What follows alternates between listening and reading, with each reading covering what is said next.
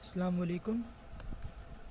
Math exercise 2.7 matric की mathematics question number 4 हम यहाँ पर देख रहे हैं। क्वेश्चन नंबर 4 में दिया हुआ है 81 एक्स की पावर -8 जेड की पावर 4 और होल पर पावर दी हुई 1/4 होल पर पावर दी हुई 1/4। ठीक है, तो जिस तरह पिछली वीडियोस में मैंने आपको बताया कि हमने स्टार्ट कहाँ से लेना है, जो आपको बड़ा नंबर दिख रहा है क्वेश्चन में उसके एलसीएम से स्टार्ट लेना है। तो यहाँ मुझे 81 दिख रहा है, तो मैं 81 के एलसीएम से स्टार्ट ले रहा हूँ। 81 का एलसीएम लूँगा। 81 3 के टेबल में 3 27 ज़ा, ठीक है, और फिर 3 27 ज़ा, और फिर 3 के टेबल में दोबारा 3 9 ज़ा 27, 3 3 ज़ा और 3 1 ज़ा। तो एलसीएम क्या आया? 81 का एलसीएम आया 3 की पावर 4। तो अब मैं क्या करूँगा सॉल्यूशन में, पहले तो मैंने अपने क्वेश्चन को ऐसे ही कॉपी कर दिया। और अब मैं क्या कर रहा हूँ, सेकंड स्टेप में अब मैं क्या कर रहा हूँ, 81 की जगह पर मैंने क्या डाल दिया, 81 की जगह 3 की पावर 4 आ गया, एक्स की जगह पर -8 आ गया और जेड की जगह पर 4 आ गया, और इस ओवरऑल की पावर 1/4 आ गई। अब मैंने आपको पीछे बताया कि जो भी ब्रैकेट के बाहर पावर लगी होती है उसको क्या करते हैं, उसको ब्रैकेट में अंदर सब के ऊपर लगा देते हैं। तो यहाँ पर भी मैं क्या कर रहा हूँ, अंदर सब पर लगा रहा हूँ। 3 की पावर 4 पहले से है, बाहर वाली आ रही है 1/4। एक्स की पावर -8 पहले से है, बाहर से आ रही है 1/4। जेड की पावर 4 पहले से है और बाहर से आ रही है 1/4। ओके, ये 4 से 4 कैंसिल, ये 4 से 4 कैंसिल, यहाँ पर 4 1 जा और 4 2 जा 8। ठीक है, अब जो बच गया वो देख लेते हैं। यहाँ 3 अकेला बच गया, एक्स की पावर में बच गया -2 और जेड की पावर में कुछ नहीं बचा।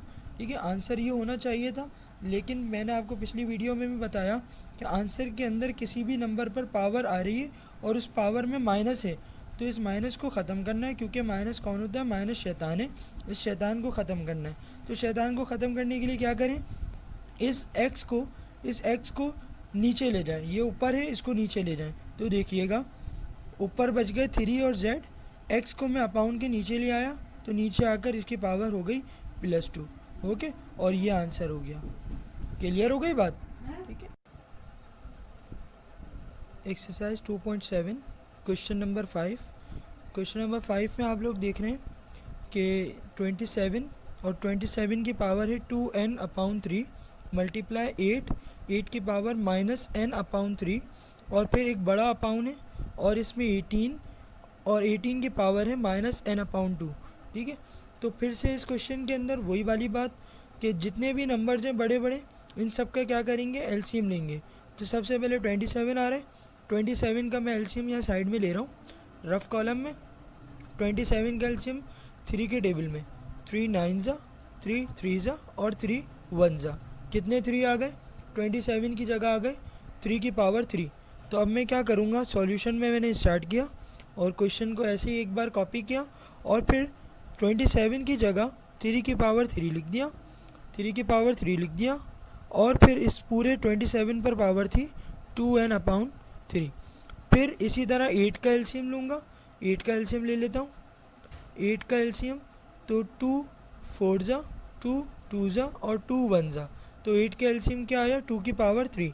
तो मैंने 8 की जगह पर क्या लिखा, 8 की जगह पर लिखा 2 की पावर 3, और बाहर पहले से ऑलरेडी पावर थी -n/2, और ये अपाउंड की लाइन लगा दी मैंने। और नीचे कौन है, 18 का एलसीएम लूँगा। 18 का एलसीएम लूँगा तो 18 का एलसीएम लेने के लिए 2 के टेबल में आया 2 9 ज़ा, ठीक है, और फिर 9 2 के टेबल में नहीं आता, इसलिए 3 का टेबल 3 3 ज़ा 3 1 ज़ा। तो आपने क्या देखा, 18 का एलसीएम लेने के बाद एक 2 आया और 2 3 आ गए। तो अब इसको किस तरह लिखूँगा, मैं ब्रैकेट में 18 की जगह पर एक 2 लिखा और 3 जो थे वो 2 थे, तो इसलिए 3 की पावर 2, और फिर इस पूरे ब्रैकेट पर पावर थी -n/2, तो इस पर भी पावर आ गई -n/2, पावर आ गई -n/2। अच्छा, यहाँ थोड़ी सी मिस्टेक हो गई, यहाँ -n/3 है, n/3 और n/3। ठीक है, क्लियर? आप भी केयरफुल रहिएगा, ज़रा सी मिस्टेक आंसर तक पहुंचाती है तो गलत आंसर आ जाता है। छोटी छोटी मिस्टेक को ध्यान में रखकर क्वेश्चन को करेंगे तो इंशाल्लाह इजीली सॉल्व हो जाएगा। अब मैं क्या कर रहा हूँ, अब मैं ये पावर्स जो भी ब्रैकेट पे बाहर लगी हुई हैं इन सबको अंदर लगा रहा हूँ। ठीक है, ये मैंने क्या करा, 3 पावर पहले से थी और बाहर से 2n/3 को लगा दिया, बाहर से 2n/3 पावर को लगा दिया, बाहर से 2n/3 को लगा दिया। फिर इसके बाद 2 पर पावर 3 थी, यहाँ पर भी मैंने बाहर से -n/3 को लगा दिया। ओके, फिर इसके बाद मैंने ये जो ब्रैकेट पे पावर लगी हुई है इसको अंदर दोनों पर लगाऊंगा। तो 2 पर कुछ भी नहीं था, 2 पर ये वाली पावर आकर लग गई -n/2। फिर इसी तरह 3 पर ये 2 पावर लगी हुई और इस पर ये आकर लग गई -n/2। क्लियर हो गया। लेंथी क्वेश्चन है, ध्यान से समझिएगा। ये 3 से 3 कैंसिल हो गया, ये 3 से 3 कैंसिल हो गया, ठीक है, और ये 2 से 2 कैंसिल हो गया। अब जो जो कैंसिल हो गया वो मैं यहाँ पर लिख रहा हूँ, जो जो बच गया। 3 की पावर में 3 और 3 कैंसिल हो गया, बच गया 2n, तो 3 की पावर में बच गया 2n। क्लियर। 2 की पावर में बच गया -n। ओके, फिर इसी तरह नीचे इस 2 की पावर में कुछ कैंसिल नहीं होता तो -n/2 ऐसे ही बच गया। फिर यहाँ पर 2 और 2 कैंसिल हो गया तो 3 की पावर में बच गया, 3 की पावर में बच गया -n। ठीक है, अब आपने क्या काम करना है नेक्स्ट स्टेप के अंदर, पीछे आपने एक्सरसाइजेज में सीखा, क्या काम सीखा, ऊपर नीचे बेस सेम दिख रही है तो नीचे से ऊपर ले जाएं, ऊपर नीचे बेस सेम दिख रही है नीचे से ऊपर ले जाएं। तो मैं अब इसमें क्या काम कर रहा हूँ, मैं ये काम कर रहा हूँ कि मैं आगे ये काम कर रहा हूँ कि ये 3 ऊपर लिखा हुआ है, इस 3 को यहीं पर ऐसे ही रख दिया, इस 3 को यहीं पर ऐसे ही लिख दिया, 3 की पावर 2n। फिर ये जो नीचे 3 लिखा हुआ था 3 की पावर -n, इसको मैं ऊपर ले आया, 3 की पावर -n को मैं ऊपर ले आया, ये ऊपर आकर हो गया 3 की पावर +n। ओके, पीछे आपने एक्सरसाइजेस में सीखा होगा। फिर इसी तरीके से ऊपर वाले 2 को मैं नीचे ले गया और नीचे वाला 2 ऑलरेडी ऐसे ही लिखा हुआ है, देखिएगा।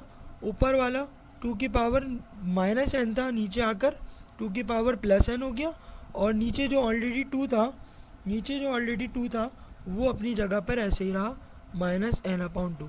क्लियर हो गई यहाँ तक बात? ठीक है, यहाँ तक की बात क्लियर हो गई होगी। फिर इसके बाद नेक्स्ट स्टेप में क्या कर रहा हूँ, ये 3 और 3 सेम बेस है, मल्टीप्लाई हो रहे हैं।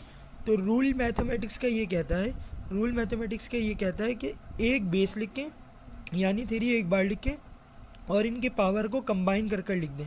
यानी यहाँ पर पावर क्या है 2n, तो यहाँ की 2n आ गई, और यहाँ क्या है +n, यहाँ पर आ गई +n। ओके, फिर यही काम नीचे भी 2 और 2 सेम मल्टीप्लाई हो रहे हैं तो एक 2 लिख दें, और फिर इसके बाद यहाँ पर पावर है n और यहाँ पर पावर है -n/2। क्लियर हो गई बात?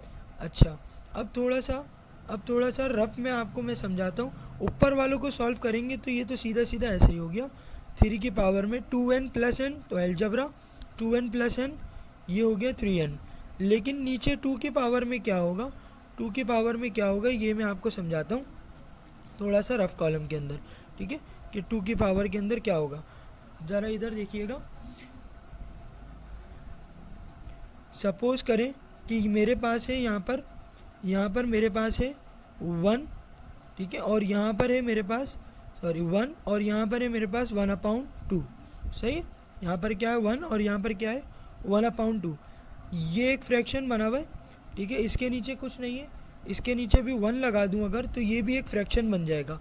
तो मैथमेटिक्स में याद रखिएगा, तो जब भी दो फ्रैक्शन के बीच में प्लस या माइनस आ जाता है तो मैथमेटिक्स के अंदर नीचे वाले नंबर्स का एलसीएम लेते हैं। नीचे वाले नंबर्स का क्या लेते हैं? एलसीएम लेते हैं। तो 2 और 1 का अगर मैं एलसीएम लूँ तो 2 1 जा 2 और 1 ऐसे ही, एलसीएम क्या आया 2 आया। तो बड़ा अपाउंड लगाकर नीचे 2 लगा दूंगा, और फिर क्या करते हैं, जो भी एलसीएम आ जाता है उससे दोनों फ्रैक्शंस को मल्टीप्लाई करते हैं। क्या करते हैं? मल्टीप्लाई करते हैं दोनों फ्रैक्शंस को। तो यहाँ 2 से 2 कैंसिल हो गया, बच गया 1, बीच में माइनस है, माइनस आ गया। यहाँ कैंसिल नहीं हो रहा बल्कि 2 × 1, तो 2 1 जा 2 आया। तो ये जो हमारा फ्रैक्शन था ये भी इसी तरह का ही है ना, यहाँ n की जगह पर 1 है और यहाँ पर भी 1 है, तो बिल्कुल ऐसे 1/1। और तो इसको अगर मैं सॉल्व करूँगा n माइनस n/2, ठीक है, इसके नीचे कुछ नहीं है तो 1 लगा दूँ, 2 और 1 का एलसीएम लूँगा 2 आएगा। फिर यहाँ पर आपने देखा ऊपर बच गया 1, अगर मैं मल्टीप्लाई करूँ एलसीएम को यहाँ भी और यहाँ भी, 2 से 2 कैंसिल, बच गया 1 माइनस यहाँ कुछ कैंसिल नहीं हो रहा बल्कि 2n बचा, तो 2n माइनस n, तो 2n में से n माइनस किए क्या बच गया, 2n में से n माइनस किए बच गया n/2, 2n में से n माइनस किए n बचा और नीचे का n ऐसे आ गया, तो ये हाँ नीचे का 2 ऐसे आ गया। तो फिर मैंने क्या किया, मैंने जब इस फ्रैक्शन को सॉल्व किया तो सॉल्व कर मेरे पास जो वैल्यू बनी वो 2 बनी और 2n माइनस n बनी, ठीक है। ऊपर वाली वैल्यू को मैंने ऐसे ही रखा और नीचे क्या करा, नीचे का जो 2 था तो फिर ये सॉल्व करेंगे, 2n में से n माइनस किया तो n बच गया और नीचे वाला 2 ऐसे ही रहा, और ये ओवरऑल आपके क्वेश्चन नंबर 5 का आंसर हो गया। क्लियर हो गई।